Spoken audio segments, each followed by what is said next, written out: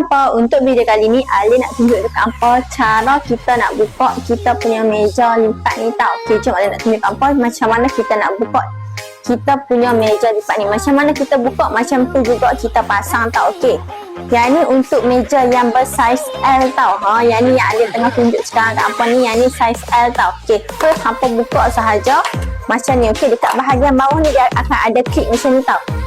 Okey, kalau hampa nak pasang dia, make sure klip ni dia terletak dekat besi ni tau. Baru kita punya meja ni dia kukuh, dia takkan gerak-gerak lah. Okey, lepas tu hampa lipat dua-dua macam ayah tengah buat sekarang ni.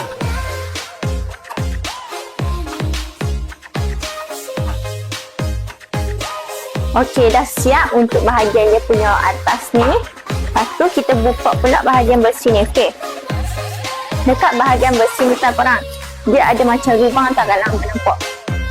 Dia ada lubang kan. Make sure kalau hampa nak pasang kan, dia akan ada satu panjang, satu pendek macam ni. Okey, so hampa ambil kalau yang bahagian lubang ni kan, satu bahagian takkan ada lubang bola ni dan satu bahagian akan ada lubang. Okey, bahagian yang ada lubang ni hampa kena letak hujung sekali dan hampa kena cantumkan dia macam ni, lepas tu letak kat dalam ni.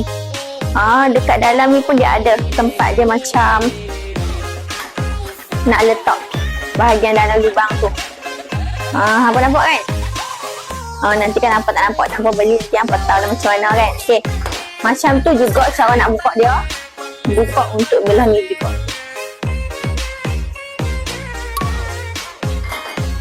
Lepas tu macam ni. Okay, dah siap untuk kita punya ni tau.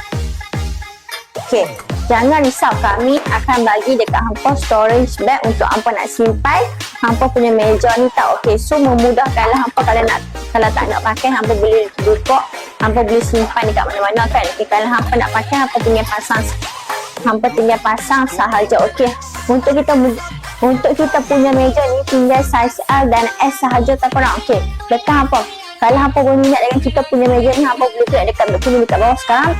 Kalau nak harga murah, jangan lupa masuk live kita tau. Bye bye hampa. See you hampa dekat next video Ali pula. Bye bye.